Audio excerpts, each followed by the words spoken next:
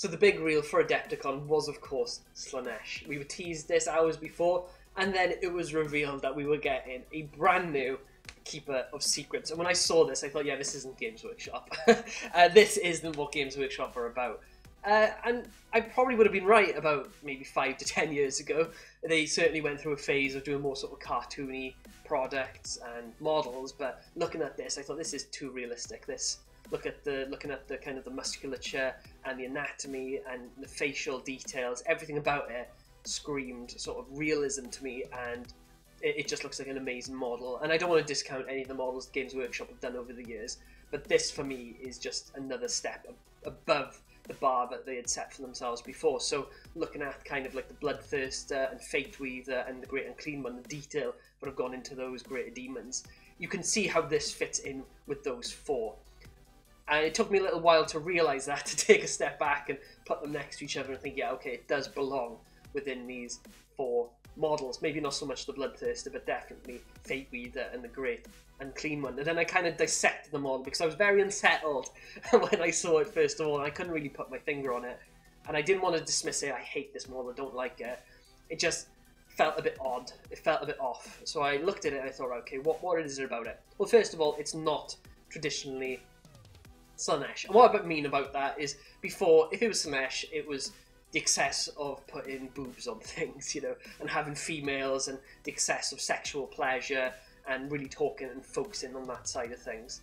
And I think a lot of people get a bit confused what Slaanesh is all about. They think it's all about kind of the sex and the rest of it, where actually it's about not just that does play a part in it, the whole pleasure thing, but you do have the excess, you do have the perfection, you do have the arrogance.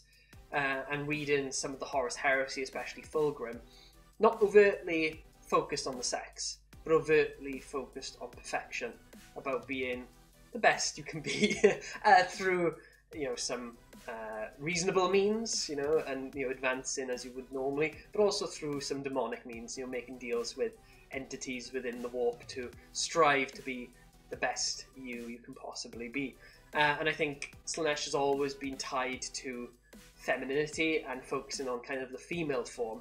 So this model was definitely a step away from it. I mean, if you look at the new Fiends, they do have breasts on them, but they do have elements of them as well, which is a blend between the masculine and the feminine. And I don't want to get into any sort of gender politics here, but this model I think does well to blend the two together. We've got quite an androgynous looking model here. I mean, I would argue that the face is maybe a bit more feminine, but you do have an option of a second head there, which is like the traditional bull head, so it's a bit of a throwback there. You do have the elements of a breast, I think, which is on the right hand side of the chest, and then you've got a pec more on the left hand side. Then you look at the legs and you've got quite amount of detail and finery sort of draped over them in the shape of robes, but then you've got those suspenders which seem to just come out of the hooves, like there's no kind of like start and end point to them. They seem just to be part of the legs, and they do seem to be over quite muscular legs, which I think, again, traditionally you associate quite muscular legs maybe with more masculine traits. So don't shout at me there, CrossFit girls. I know you've got great legs on the go as well, but seeing quite a feminine product, which is maybe suspenders, pulled up over those quite muscular legs is a little bit or more fitting really with that androgynous look that Slaanesh should have. And when you look at the upper body, again, not overtly feminine, but not big and bulky like you would see from the likes of Khorne or Space Marines, who are quite masculine, quite big.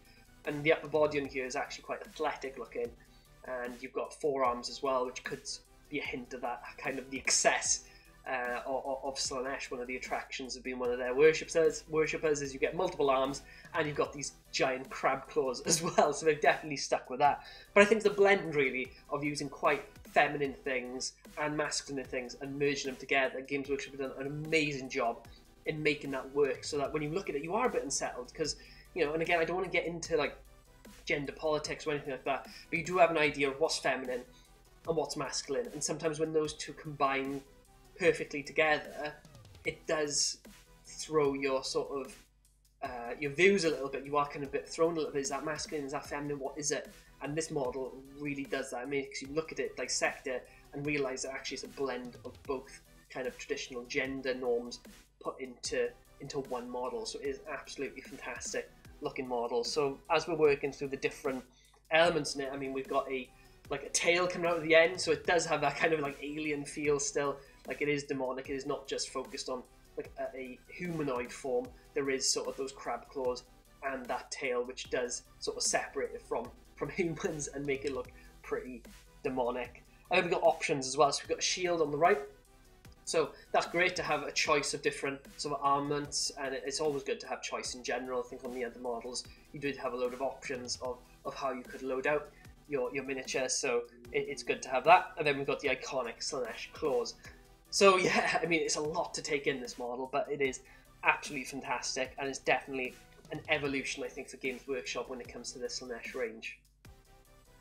So now that we've taken in the Keeper of Secrets, let's have a look at some of the other things that were previewed. So first up, we've got what looks like a champion of Slaanesh, and I love this model. The detail on the body, the face, the robes, and even that kind of like the imp creature above. It really does look like an amazing sculpt.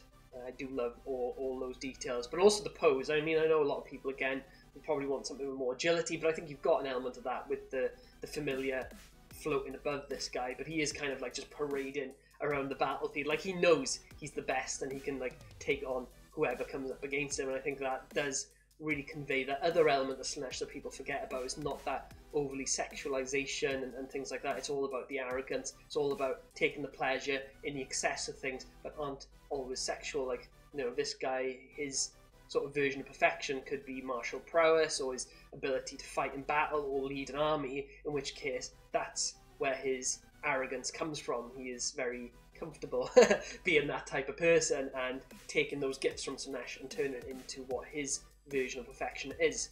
Whereas for some others it might be more sexual, and that's absolutely fine. There is I think a wide variety of options with Slaanesh and that you can explore when it comes down to your individual models. But really love this model, and especially that familiar kind of floating above it. I think it does add that dynamic element that it may otherwise be missing if it was just that model on its own.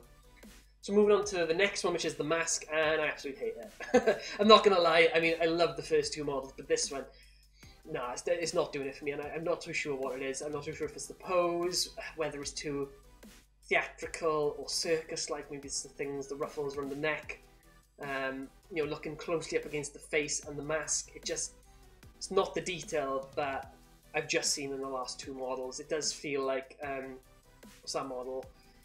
They did just do a new Stormcast one for store openings, I think, when a brand new store opens, and it's a Stormcast, female Stormcast, and her face looks dreadful. I absolutely hate the way that face was modeled, so maybe it was the same sculptor. I'm not too sure, but I'm just not sold on this at all. The pose as well.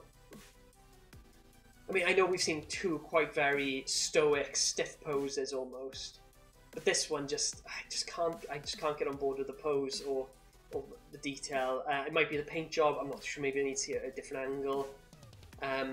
Okay, we'll move on from that. Maybe you like it. Let me know in the comments below if maybe, I don't know, you're on board with this type of model rather than the other two we've just seen. You know, there is quite a difference. I mean, I know they're all themed the same. You can tell their elements are shared between the two, but I just don't know what it is. Just not for me, this one. And these guys here, or girls. So we do have a bit more of, I guess, more traditional demonettes here. So, and these look amazing actually, looking at the detail on them, compared to the current line of demonettes. If they made every demonette look like this, that would be absolutely amazing.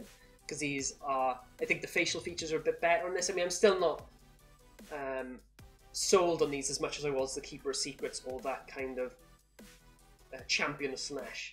But definitely, I find these better sculpted and better posed than the mask that we've just seen.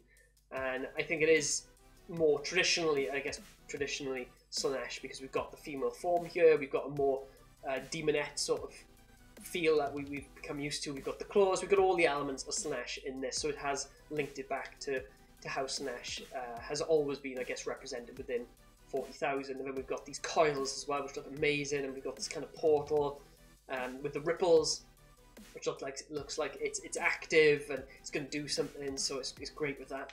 I mean, looking at it as well, I mean, they are kind of posed, the bottom right one's posed similarly to the mask, and yeah, actually I think I know what it is. I think it's because the one before the mask, it reminds me very much of the Harlequins, and I hate the Harlequins. I just can't get on board with that circus clown sort of look. Because I'm looking at this now and I like the top left one more than I like the bottom right one. I can't put my finger on it until I saw kind of the ruffles around the neck and almost kind of like the smiling face. And then I realised that it's the Harlequin almost look is present in here, where it's a very sort of circus, theatrical sort of theme. And I'm just, that sort of thing is not my cup of tea. I don't really like the idea of clowns or the circus or theatre or just that sort of thing is not my favourite thing to look at. But I will say I do prefer these models, especially that top left one, more so than the mask. So hopefully, I mean, I know they've just released a new Wrath and Rapture box set, and it doesn't look like the Demonettes are going to get looked at, but fingers crossed they will eventually update that Demonette range to include, I don't know, more models that look like the ones we're looking at now. That would be absolutely fantastic. And lastly then, we have got the Endless Spells, and these are quite horrifying. I mean, we've got the portal in the middle, which is very similar to the one we just looked at, being held up by a giant demonic hand with long nails. So yeah, very, very creepy and very reminiscent. Actually, I think that model that we looked at with the stoic pose and he's wandering with the imp looks like Xerxes actually from 300, and definitely having seen the rest of the models with all the finery and these long nails definitely reminds me of the Persian Xerxes and that kind of theme that went with his army, and I'm definitely seeing it within these models. So that is, yeah, a pretty creepy looking mirror that's being held up. It'd be interesting to see what rules come with these as well. And then we've got the face, the very bland alien almost sort of face with the hooks coming out of the tongue, ready to drag, I imagine, prey into the mouth.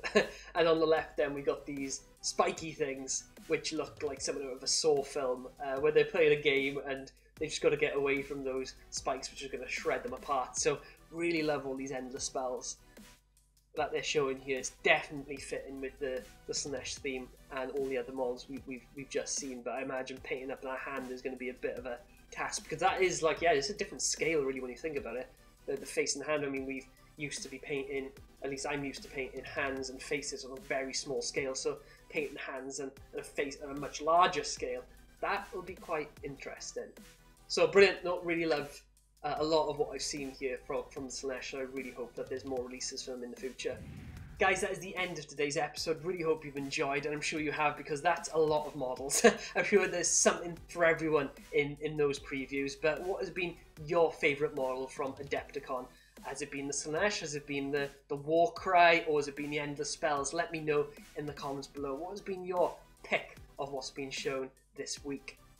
As always though, thank you for watching, take care, and I'll see you next time.